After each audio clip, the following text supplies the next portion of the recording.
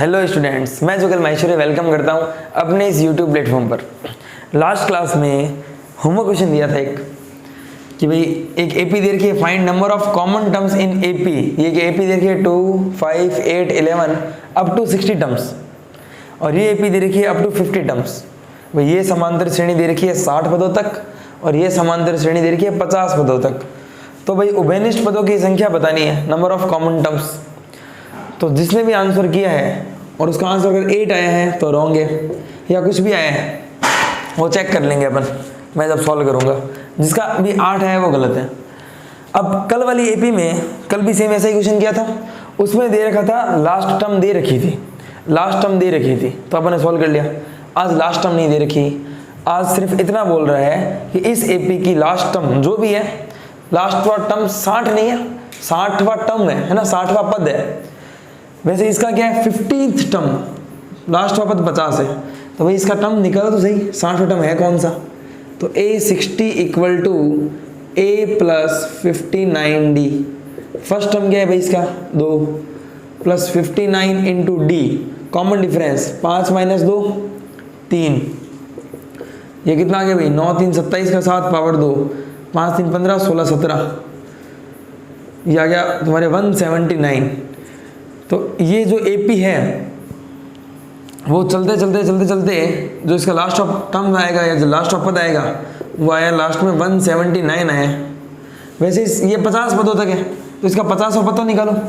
तो A50 50वां पद A plus 49D, first term कितनी है 3 प्लस 49 इंटू डी, डी है 5 माइनस 3 2, 3 प्लस 9 इंटू 2 18 का 8 पावर 1, 4 दूनी 8 9 98, यह आया 101।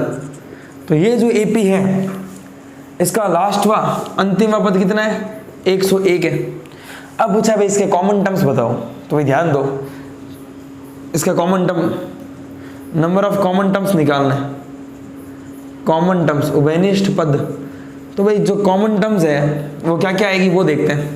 तो देखो भाई 2 5 8 11, 2 3 5 3 8 3 11 12 13 14 15 16 17 18 19 20 ऐसे चल रहे हैं। ये चल रहे हैं 3 2 5 6 7 8 9 10 11 12 13, दो जुड़ रहे हैं ना इसमें, अब 15 फिर 17। देखो कॉमन टर्म क्या है, 1 2 5 है, एक है 11, एक है 17। तो देखो कॉमन टर्म्स क्या है, एक है 5 फिर है 11 ये 17 लास्ट में जो भी है, ये इसकी कॉमन टर्म्स है। कॉमन टर्म्स का फर्स्ट टर्म कितना है 5, कॉमन डिफरेंस कितना है 11 माइनस 5 6। अब इस कॉमन टर्म की जो भी एनवी टर्म होगी, जो भी कॉमन टर्म होगी वो 101 से पहले पहले आ जाएगी कि 179 से पहले पहले आ जाएगी। अगर दोनों में कॉमन टर्म ढूंढ रहा हूँ तो ये खत्म हो रही है 101 में, तो 101 से पहले पहले सब कॉमन टर्म्स आ जाएगी। तो इसका जो भी एनवा टर्म है वो 101 के या तो बराबर होगा या 101 से छोटा होगा। तुम लोगों ने यहाँ कर दिया होगा an less than equal to 50, वो गलत है, ठीक है। तो an क्या होगा a plus n minus 1 into D less than equal to 101। First term है 5, कॉमन डिफरेंस है 6, तो 5 plus n minus 1 into 6 less than equal to 101। 101 में से 5 गया तो less than equal to 96, n minus 1 less than equal to 96 upon में 6, कितनी बार जाएगा 6 1 6 3 में 36 6 36, n less than equal to 16 plus 1 17।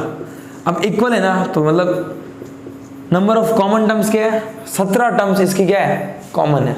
तो answer is n equal to 17।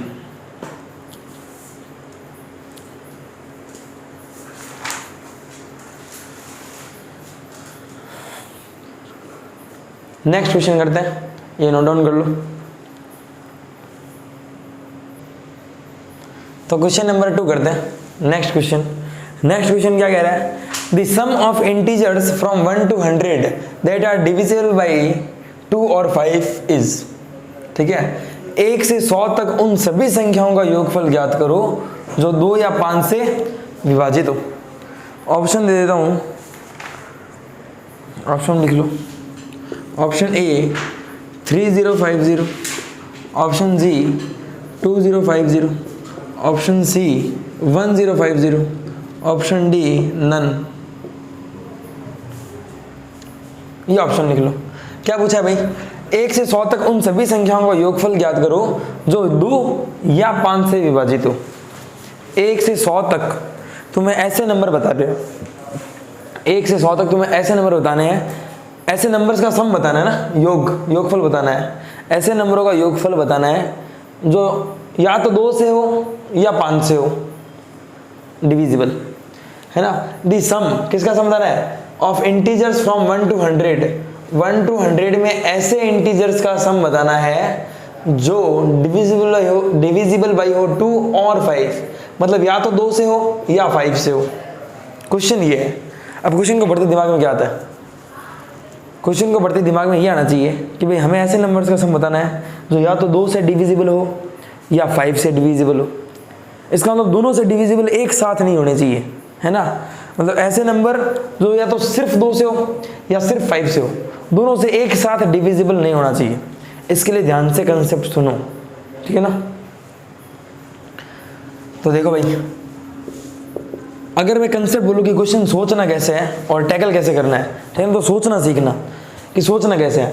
Question ने साफ साफ बोला है कि भाई 1 से 100 तक ऐसे इंटीजर्स ढूंढ लो जो या तो 2 से डिविजिबल है या 5 से। इसका मतलब साफ साफ है दोनों से डिविजिबल नहीं होने चाहिए। ये अगर सोच पा रहे हो तो क्वेश्चन सोच पाओगे कि भाई दोनों से डिविजिबल नहीं होने चाहिए। सुनो अब ध्यान से, मैं निकाल लेता हूँ डिविजिबल बाई 2, डिविजिबल बाई 2। 2 से भाज्य कितने नंबर है?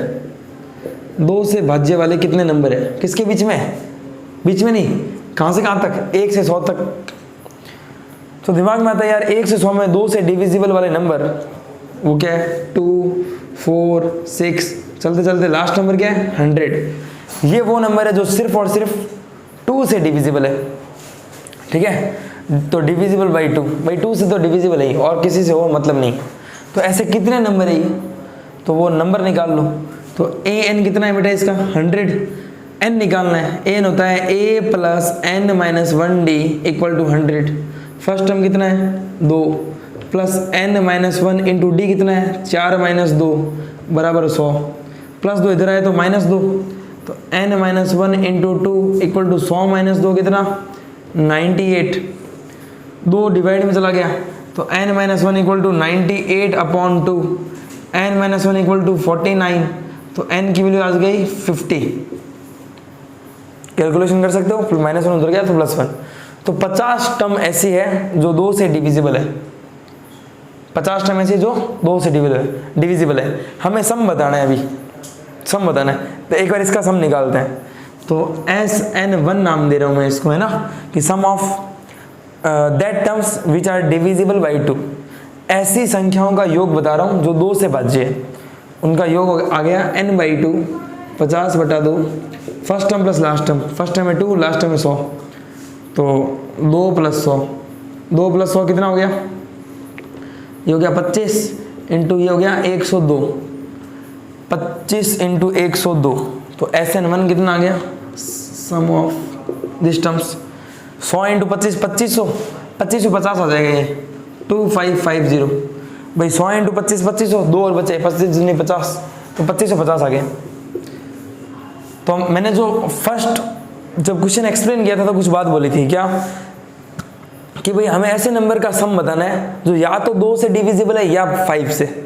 ऐसे संख्याओं का योग बताना है या जो 2 से भाज्य है या 5 से, मतलब दोनों से एक साथ नहीं होने चाहिए। तो देखो थीम बन रही है, मैंने 2 से डिविजिबल नंबर निकाल लिए, अब मैं 5 से डिविजिबल नंबर निकाल लेता हूँ। ऐसे नंबर जो सिर्फ और सिर्फ 5 से डिविजिबल है, तो 2 से निकाल लिए, 5 से निकाल लिए। अब मैं दोनों से डिविजिबल वाले नंबर निकाल लेता हूँ। तो मान लो मेरे पास 2 से डिविजिबल वाले नंबर आ गए 50, वैसे ही 5 से डिविजिबल वाले निकाल लेता हूँ और उन दोनों को जोड़कर उसमें से माइनस कर देता हूँ जो दोनों से डिविजिबल हो, मतलब जो 2 से भी और 5 से भी। सारी चीज़ें एक साथ नहीं पकड़ पाओगे, एक बार करते हैं सॉल्यूशन। देखिए SN2 सॉरी मैं निकाल लेता हूँ डिविजिबल बाई 5, डिविजिबल बाई 5। ऐसे नंबर निकालूँ जो सिर्फ 5 से डिविजिबल है, तो 1 से 100 के बीच में स्टार्ट कहाँ से होगा? 5 से। 5, 10, 15, 20 से लेकर लास्ट 100। कितने टर्म्स है ये? तो भाई an बराबर a plus n minus 1 into d है 5। 100 माइनस 5 95 अपॉन में 5 इक्वल टू n माइनस 1। कितनी बार आ जाएगा ये? 5 5 4 बचे 45, 5 में 45, 20 टर्म्स आ गई है। 20 टर्म ऐसी है जो 5 से डिविजिबल है। इनका सम निकाल लेते हैं। इनका सम निकालने के लिए मैं लिख रहा हूँ SN2 का n/2 20/2 first term plus last term. First term है 5 प्लस लास्ट टर्म है 100। 10 इंटू 105 ये आ गया 1050।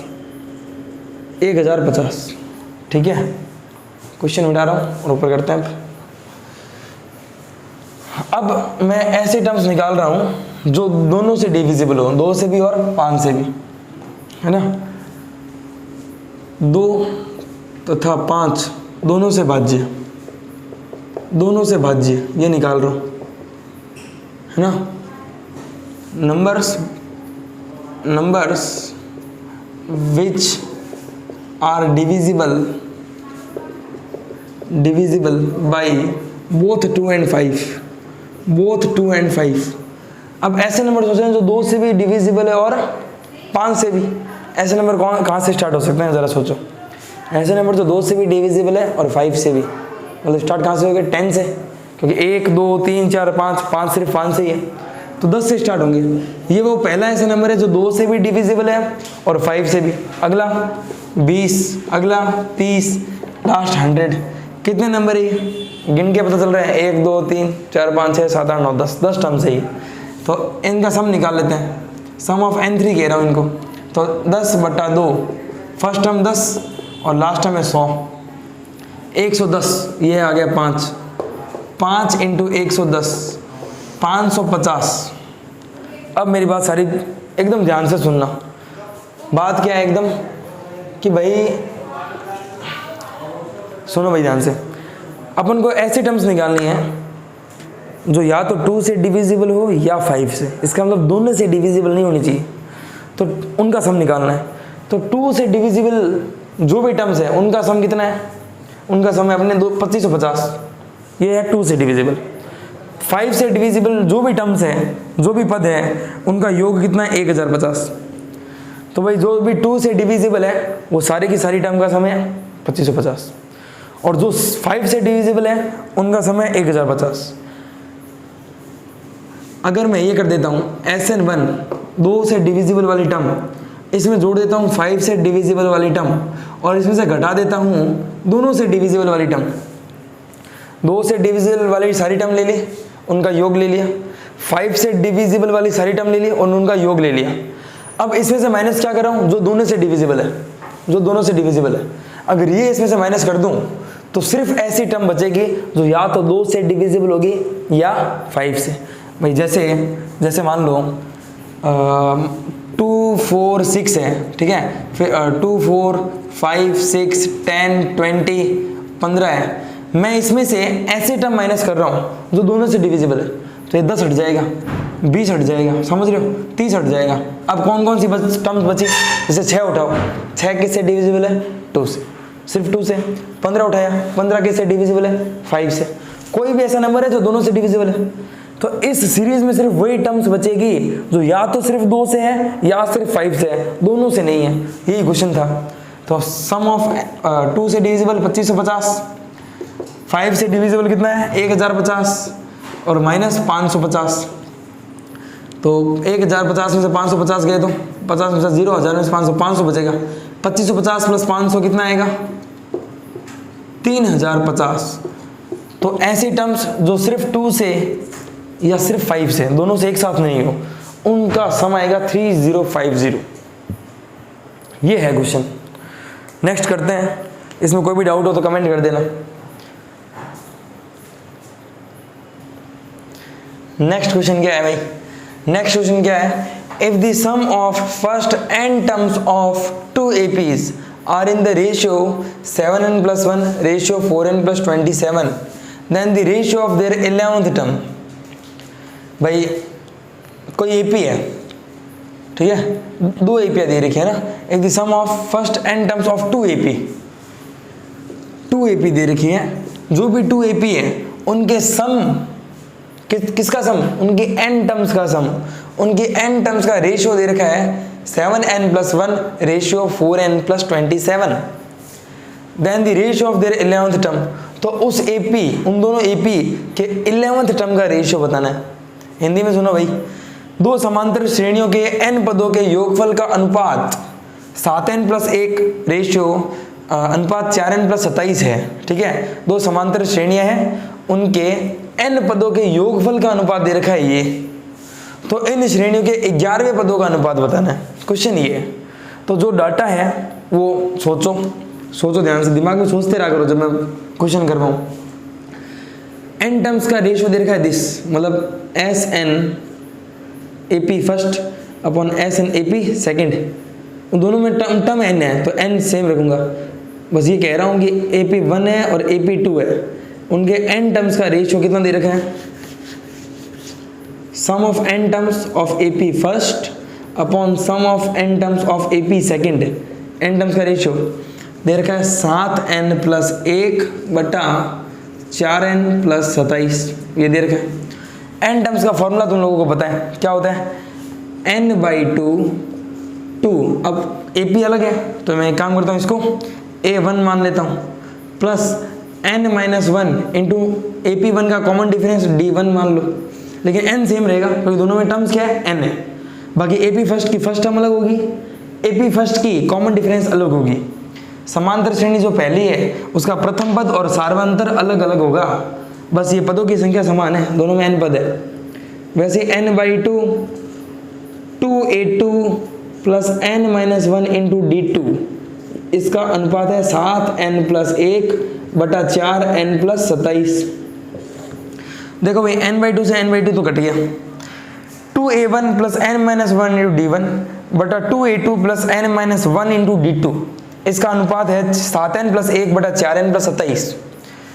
देखो भाई दोनों में ऊपर से 2 और नीचे से 2 कॉमन ले रहा हूँ, जैसे 2 कॉमन लूंगा अंदर बचेगा a1 plus n-1/2 into D1, a1 plus n-1/2 into D1 upon नीचे से भी 2 कॉमन लिया तो ये बचेगा a2 plus n-1/2 into D2। इनका अनुपात कितना है भाई, 7n+1 बटा 4n+27। 2 से 2 कट गया, यहाँ पर अपन रुक गए, इससे ज़्यादा सॉल्व अपन कर नहीं सकते। एक डाटा और दे रखा है, जरा वो डाटा पर ध्यान दो। डाटा क्या दे रखा है कि भाई इनके 11वें पदों का अनुपात बताना है ना, इनके 11th टर्म का रेशियो बताना है। 11th टर्म का रेशियो का मतलब समझते हो, A11 of AP first upon A11 of AP second बताना है भाई, इसका मतलब ये था। और A11 तुम्हारे नज़र में क्या होता है, A प्लस मतलब first term plus 10D1 upon first term plus 10,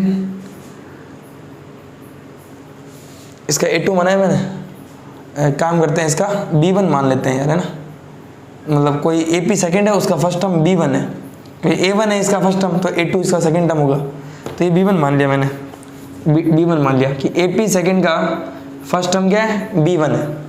तो A1 plus 10D1 upon B1 plus 10, इसका कुछ कॉमन डिफरेंस D2 मान लिया AP सेकंड का, ठीक है क्या। तो इसके 11th टर्म का रेशियो बताना है, तो 11 टर्म होती है A प्लस 10D, तो पहली AP है तो A1 प्लस 10D1, दूसरी AP है तो B1 प्लस 10D2, ये बताना है। तो देखो भाई A1 प्लस समथिंग D1 और B1 प्लस समथिंग D2 बताना है। तो आई तो क्या भाई, 2 से 2 कट गया, तो 2 से 2 कट गया तो भाई मैं 2 से 2 हटकर हटा रहा हूँ, तो हमें निकालना क्या है, A1 plus 10D1 upon B1 plus 10D2।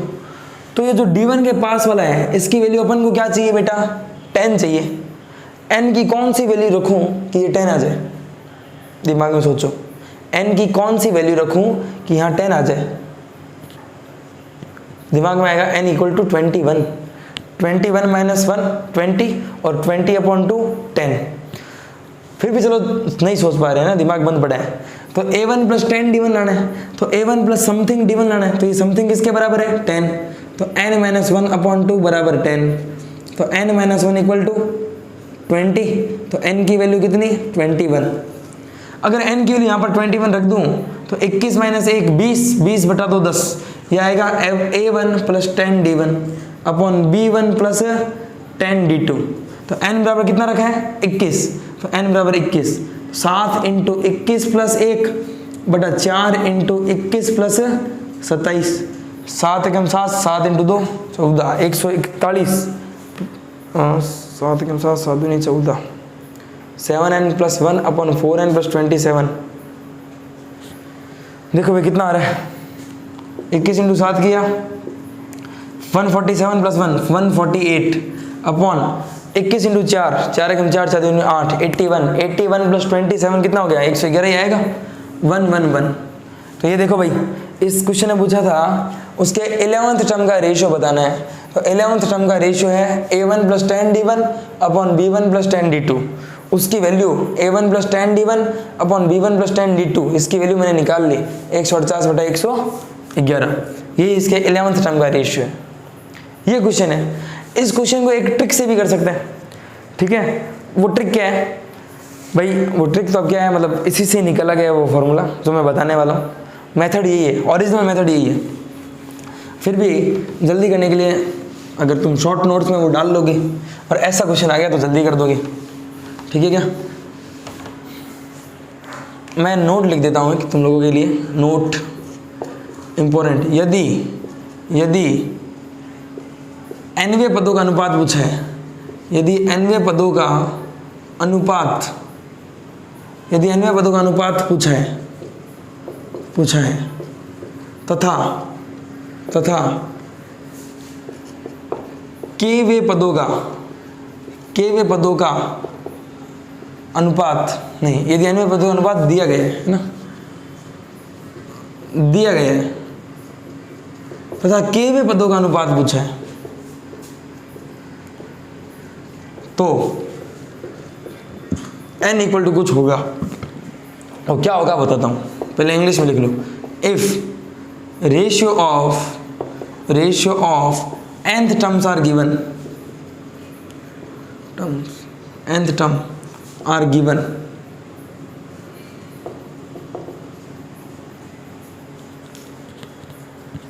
nवें पदों का अनुपात क्या है, मतलब क्या है, मतलब सम ऑफ nth टर्म्स है ना उनका रेशियो, और kवें पदों का अनुपात पूछा है, इसका मतलब टर्म्स का रेशियो पूछा गया है, नोट वो है। तो if ratio of sum of nth terms are given, sum of nth terms है ना, यदि nवें पदों के योगफल का अनुपात दिया गया है और kवें पदों का अनुपात पूछा है। If ratio of sum of nth terms are given and kth term, ratio of kth term are asking, and ratio of kth term are asked, then तो n की वैल्यू होगी 2k माइनस 1, n की value क्या होगी 2k minus 1। जैसे ये question है, इस क्वेश्चन में nवें पदों का अनुपात दिया गया है, n पदों के योगफल का अनुपात दिया गया है, क्या दिया है 7n plus 1 upon 4n plus 27, ठीक है। ये nth रेशियो का मतलब n टर्म्स का रेशियो गिवन है, और पूछा है कि भाई kवें पदों का अनुपात बताओ, kवें पद मतलब 11वें पद का अनुपात बताओ। तो जब भी ऐसा क्वेश्चन आए कि n पदों का अनुपात दिया गया है और 11 पदों का पूछा है, n पदों का अनुपात दिया गया है और kवें पदों को पूछा है, तो यहाँ पर n की वैल्यू होगी 2k माइनस 1। तो कितने पदों का अनुपात दिया गया n पदों का, और कितने पदों का पूछा गया 11 पदों का, तो k का मान कितना है 11। तो n बराबर होता है 2k माइनस 1, nवें पदों का अनुपात दिया गया और kवें पदों का पूछा गया, तो kवें पदों का पूछा गया, तो kवें पद कौन सा है 11वां पद है, तो k का मान है 11। तो 2 इंटू 11 माइनस 1, 11 दूनी 22, 22 माइनस 1 21, ये सीधा 21 इसमें पुट कर दो, तो 7 इंटू 21 प्लस 1 बटा 4 इंटू 21 प्लस 27, तो सीधा तुम यहाँ पहुँच जाओगे और सीधा आंसर ही आ जाएगा। तो जब ये nवें पदों का दिया गया है और kवें पदों का पूछा है, n की वैल्यू 2k-1, वो जो भी n आए वो उठा के उसमें रख देना, आंसर डायरेक्ट आ जाएगा। तो इससे टाइम बच जाएगा और कुछ नहीं। तो आई होप क्वेश्चन क्लियर होगा, ये नोट कर लेना। नेक्स्ट क्वेश्चन करते हैं। तो नेक्स्ट क्वेश्चन करते हैं। नेक्स्ट क्वेश्चन में ध्यान से पढ़ना, क्या कह रहा है ये ना कि if the natural numbers are written as shown, natural number को कैसे लिखा गया है, 1, फिर नेक्स्ट रो में 2 3, फिर नेक्स्ट रो में 4 5 6, अगली पंक्ति में 7 8 9 10, उसकी अगली पंक्ति, ऐसे नेचुरल नंबर प्राकृत संख्याओं को ऐसा लिखा गया है ना। तो यदि प्राकृत संख्या दर्शाए अनुसार लिखी गई हो, ऐसे प्राकृत संख्या लिखी हुई है। आगे बढ़ते हैं। Then the sum of terms if the nth row is, तो भाई ये कह रहा है sum of terms if nth row, यानी ये कहना चाहता है कि जो nth रो है, जो लास्टवी रो है, उसके टर्म्स का सम क्या होगा, है ना। तो nवीं पंक्ति का योग क्या होगा, ठीक है। या क्वेश्चन इंग्लिश में लिख लेना, find the sum of elements of nth row, nth row के जो भी एलिमेंट है उसका सम बता दो। तो भाई जब nवीं रो के एलिमेंट का सम पता है तो पहली रो, दूसरी रो, तीसरी रो, चौथी रो, सारी रोज का सम पता है, यही होगा। तो इसने यही दिया है कि भाई then the sum of terms if nth row का सम क्या होगा, तो सम ऑफ टर्म्स आ सकता है हर टर्म्स का। तो यही क्वेश्चन लिख दिया मैंने। तो nवीं पंक्ति का योग क्या होगा, जो भी लास्ट वाली पंक्ति है, जो भी लास्ट वाली रो है, उसका सम क्या होगा। क्वेश्चन समझ में आया। क्वेश्चन क्या कह रहा है कि भाई ये नेचुरल नंबर लिखे हुए हैं, तो आपकी जो भी लास्ट रो है उसका सम बता दो। करते हैं, देखो, लेकिन ध्यान से देखते रहना, लेकिन फोकस तोड़ना मत अपना आंसर। तो भाई इसका nth रो का सम बताना है, ठीक है। तो ध्यान रखना कि क्या कर रहा हूँ मैं। अगर इसकी फर्स्ट टर्म पता है, सेकंड पता है, थर्ड पता है, फोर्थ पता है, फिफ्थ अपन लिख सकते हैं। 10 के बाद क्या लिखूंगा, 11। अच्छा, फर्स्ट रो में एक एलिमेंट है, सेकंड रो में 2 एलिमेंट है, थर्ड रो तीसरी पंक्ति में कितने अवयव है, 3, फोर्थ रो में 4 एलिमेंट है, तो पांचवी रो में 5 एलिमेंट होंगे, तो 11 12 13 14 15, समझ रहे हो। छठी रो में 6 एलिमेंट होंगे, सातवीं रो में 7 एलिमेंट होंगे, nवीं रो में n एलिमेंट होंगे। ये बात तो पता चल ही रही है। अब दिमाग में आता है कि मुझे nवीं टर्म्स का सम निकालना है। अगर मुझे मान लो इस सेकंड टर्म का सम निकालना है, सेकंड टर्म का, तो 3 और 2 5 आते हैं। मुझे अगर थर्ड टर्म का सम निकालना है, भाई मुझे nवीं टर्म का सम निकालना है, तो मुझे nवीं टर्म का कम से कम पहला टर्म तो चाहिए। भाई किसी भी टर्म का सम निकालना हो, उसकी मुझे फर्स्ट टर्म चाहिए, तो फर्स्ट टर्म चाहिए ऑफ nth रो की मुझे फर्स्ट टर्म चाहिए, है ना। प्रथम पद चाहिए nवीं पंक्ति का, प्रथम पद, nवीं पंक्ति का प्रथम पद चाहिए मुझे, वो चाहिए। और इसका d चाहिए, कॉमन डिफरेंस चाहिए d। तो d तो पता चल रहा है, देखो 5 - 4 1, 8 - 7 1, 12 - 11 1। तो nवीं पंक्ति का भी जो कॉमन डिफरेंस है, जो भी एलिमेंट आने वाले हैं उनका d तो 1 होगा, तो d तो 1 होगा, ये आइडिया लग गया। कॉमन डिफरेंस 1 होगा, सार्वंतर 1 होगा। अब मुझे nवीं पंक्ति में जो भी अवयव आने वाले हैं उनका योग बताना है, उनका सम बताना है। तो सम का फॉर्मूला होता है n/2 2a + n - 1 × d, या n/2 first term plus last term. तो यार पहली पंक्ति, अगर इस पंक्ति का योग बताना है तो मुझे प्रथम पद चाहिए, फर्स्ट टर्म चाहिए। फर्स्ट टर्म नहीं बता अपन को, ठीक है, और योग और बताना है। डी पता चल गया, लास्ट टर्म चलो देखते हैं। तो इतना पता चल रहा है कि भाई मान लो अगर मुझे इस फोर्थ रो का पहला टर्म बताना है, तो सोचेंगे कैसे। जब भी बड़ी चीज़ें नहीं सोच पाओ, छोटी चीज़ें सोचो। कि मान लो nवीं पंक्ति की तो बहुत दूर की बात है, अपन चौथी पंक्ति का देखते हैं कि चौथी पंक्ति का अगर ये फर्स्ट टर्म बताना है, तो इससे पहले जितनी भी हैं उसमें कितने एलिमेंट्स कंज्यूम हो गए, कितने एलिमेंट यूज हो गए। तो 1 2 और 3, 3 तो 5 6 एलिमेंट यूज हो गए हैं इसमें।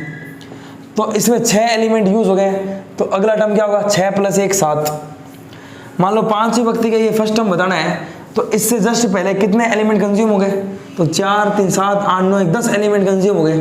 तो अगला पहला पद क्या होगा, 10 + 1 11। मान लो इसका बताना है फर्स्ट टर्म, तो इससे पहले कितने एलिमेंट यूज हो गए, 1 और 2 3 यूज हो गए। तो अगला फर्स्ट टर्म क्या होगा, 3 + 1। तो ये एलिमेंट आया 3 + 1, ये आया बेटा 4 + 1, ये आया 10 + 1। जो भी यूज हो रहे हैं वो अगला एलिमेंट आ रहा है। अगर मुझे nवीं रो का फर्स्ट एलिमेंट बताना है तो nवीं रो से पहले कितने एलिमेंट यूज हो गए, कितने एलिमेंट यूज हो गए। अगर nवीं रो का बताना है तो इससे पहले n-1th रो तक, मान लो 10वीं है तो 9वीं रो तक, अगर 5वीं है तो 4थी रो तक कितने एलिमेंट कंज्यूम हो गए। तो nवीं रो है तो n-1 तक कितने एलिमेंट कंज्यूम हो गए, है ना। तो एलिमेंट्स कंज्यूम्ड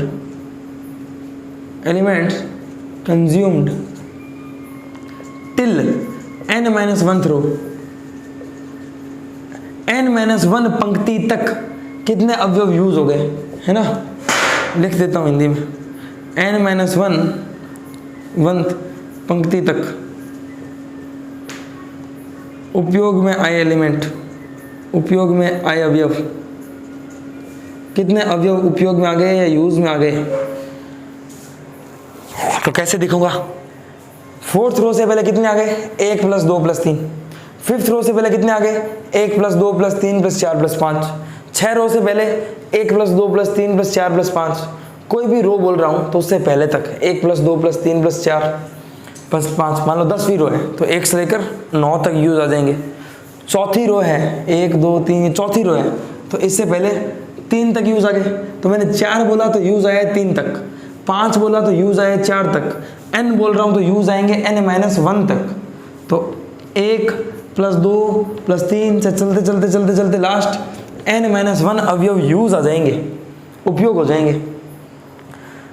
तो इन सब का सम करना पड़ेगा ना मुझे, इतने यूज आ गए 1 + 2, तो इसका सम करो भाई।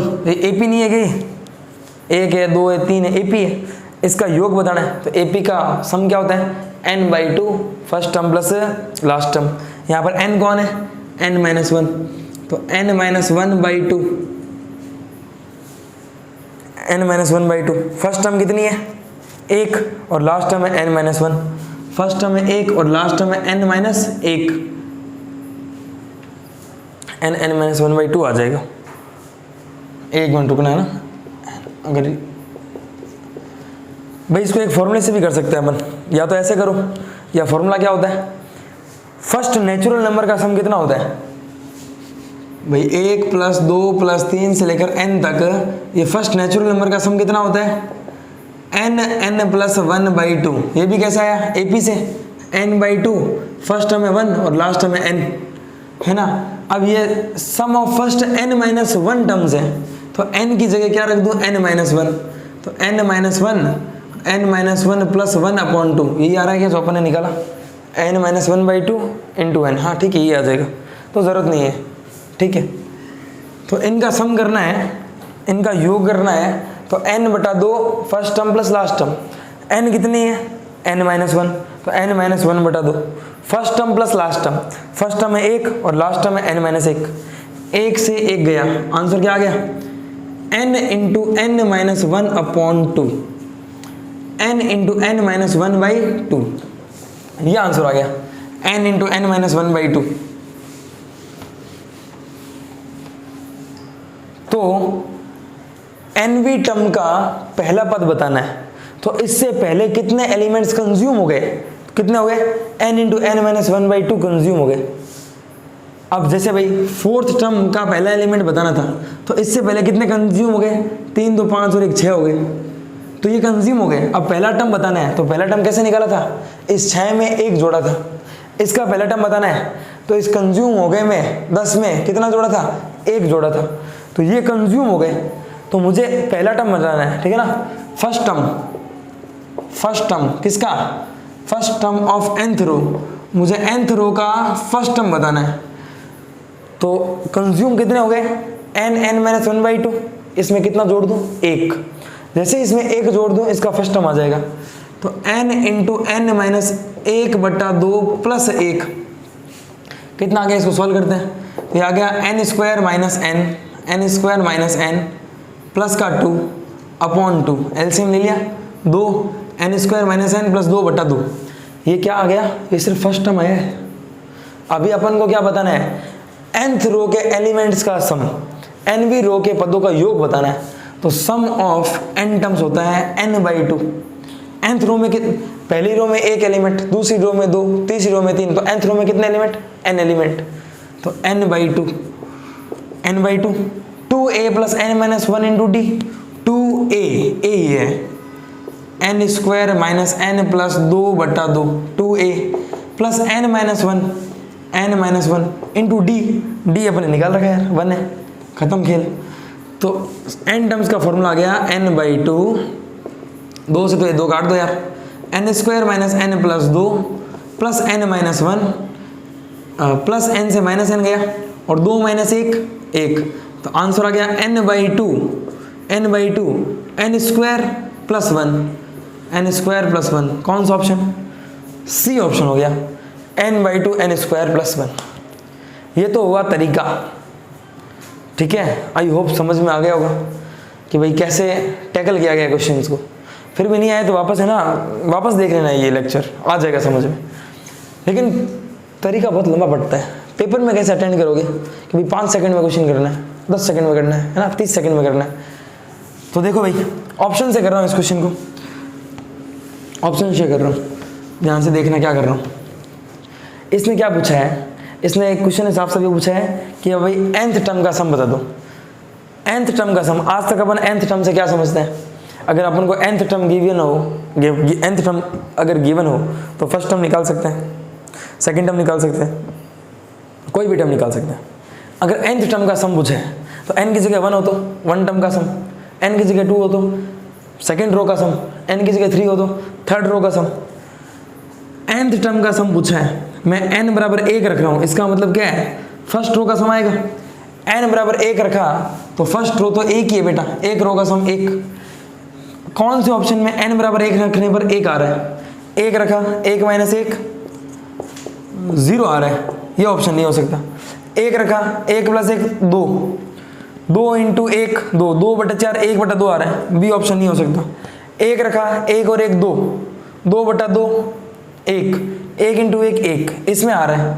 1 रखा 3 और 1 4, 4 इंटू 1 4, 4/4 1, इसमें भी आ रहा है। n की वैल्यू 1 रखने पर 1 किस में आ रहा है, या तो सी में या डी में, चलो कोई बात नहीं। n बराबर 2 रख के देखो, n बराबर 2 रखने पर सम कितना आना चाहिए, सेकेंड रो का सम कितना है 5 है, 3 और 2 5, देखते हैं 2 रखो, 2 का स्क्वायर 4 और 1 5, और 2 रखा तो 2 से 2 कट गया 5, इसमें आ रहा है। 2 रखा 2 का स्क्वायर 4, 4 और 3 7, 7 दूनी 14/4 5 नहीं आ रहा, ये भी खत्म, आंसर सी। n बराबर 2 रखने पर 5। 3 रख लो भले, 6 और 4 10 5 15 आना चाहिए, 3 रख लो यार, 3 का स्क्वायर 9 और 1 10, 10 इंटू 3 30, 30/2 15, ऑप्शन ऐसे हो जाएगा रखने से, है ना। तो जो भी है तुम्हें ऑप्शन से भी क्वेश्चन करना आना चाहिए और मेथड से भी आना चाहिए, बात ये है। चलो नेक्स्ट क्वेश्चन करते हैं।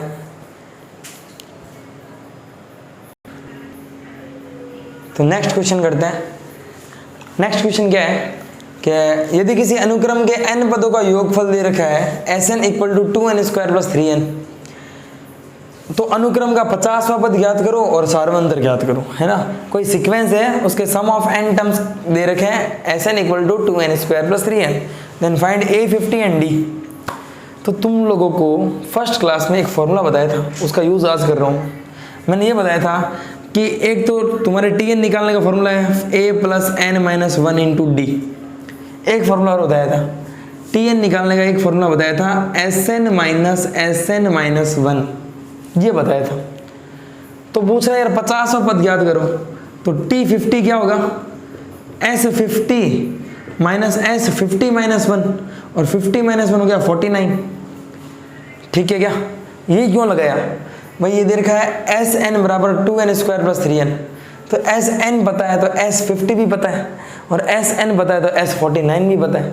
मैं S50 निकाल रहा हूँ, Sn है 2n² + 3n, तो S50 क्या होगा 2 इंटू 50 का स्क्वायर प्लस 3 इंटू 50, 2, 5 का स्क्वायर 25 और 0 का स्क्वायर 00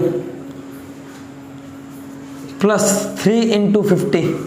तो S50 क्या आ गया 25 दूनी 50 और 00 और प्लस 50 इंटू 3 150, कितना गया भाई 5150, 50 पदों का योग आ गया। तो S49 भी निकालना पड़ेगा। तो SN है 2n स्क्वायर प्लस 3n।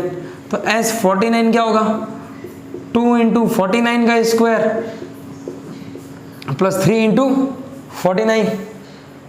तो 49 का स्क्वायर हो गया 2 इंटू 2401 प्लस 3 इंटू 49 कितना हो गया 9 3 27 का 7 पावर 2 4 3 12 13 14 147। तो भाई 49 टर्म्स का जो सम आ जाएगा कितना आएगा भाई 2401 को 2 से मल्टीप्लाई कर लो, कितना आएगा ये 2042 8 और 4802 प्लस 147। 49 टर्म्स का सम आ गया 7 8 9 4 8 और 1 9 और 4 9 4 9 आ गया। तो भाई इसने पूछा है 50वां पद बताओ, है ना 50th टर्म। तो S50 कितना है 5150 माइनस S49 क्या है 4949। तो ये 50वां पद आ गया, 50th टर्म आ गई। 10 माइनस 9 1, 4 माइनस 4 0, 51 माइनस 49 2, 201 आ गया भाई। जो 50वां पद है वो आ गया 201 201। तो हमने A50 तो निकाल लिया, A50 बोलूँ चाहे T50। अब इसने मुझे D बताओ यार कॉमन डिफरेंस। तो कॉमन डिफरेंस होता क्या है, अगर अपन ध्यान दें अपन ने पढ़ा है कॉमन डिफरेंस होता है second term minus first term. ये चलो SN दे रखा है, SN दे रखा है 2n square plus 3n। SN का मतलब होता है सम ऑफ n टर्म्स, है ना n पदों का योगफल। अगर मैं n बराबर 1 रखूं इसका मतलब प्रथम एक पदों का योगफल, यानी S1 किसके इक्वल आता है A1 के या T1 के। तो n बराबर 1 रखूं तो S1 होगा 2 इंटू 1 स्क्वायर प्लस 3 इंटू 1। तो 3 और 2 5, यही क्या है A1 है या T1 है। फर्स्ट टर्म ही S1 होता है। लेकिन n बराबर अगर 2 रख दूं तो n बराबर 2 का मतलब सम ऑफ फर्स्ट 2 टर्म्स, प्रथम 2 पदों का योगफल। तो S2 रखूंगा तो 2 इंटू 2 का स्क्वायर प्लस 3 इंटू 2, 2 का स्क्वायर 4 इंटू 2 8 प्लस 3 इंटू 2 6, 8 और 6 कितना आएगा 14। S2 का मतलब है first term plus second term, 2 पदों का योगफल। तो प्रथम पद प्लस द्वितीय पद, प्रथम पद कितना है 5, तो A2 कितना आ गया 14 माइनस 5 कितना 9। हमें D निकालना बेटा। तो D क्या होता है A2 माइनस A1, A2 है 9 माइनस A1 कितना है 5, कॉमन डिफरेंस आ गया 4। कुछ इस टाइप का क्वेश्चन बन सकता है। तो नेक्स्ट क्लास में करेंगे अपन प्रॉपर्टीज ऑफ एपी। कुछ एक आधे क्वेश्चन अगर कुछ अच्छा लगा मुझे तो वो भी करवा दूंगा, नहीं तो टॉपिक होगा प्रॉपर्टीज ऑफ एपी, एपी के गुणधर्म। उस एपी के गुणधर्म करती एपी खत्म है मोटा मोटी, ठीक है ना। तो आज के लिए इतना ही करते हैं, थैंक यू।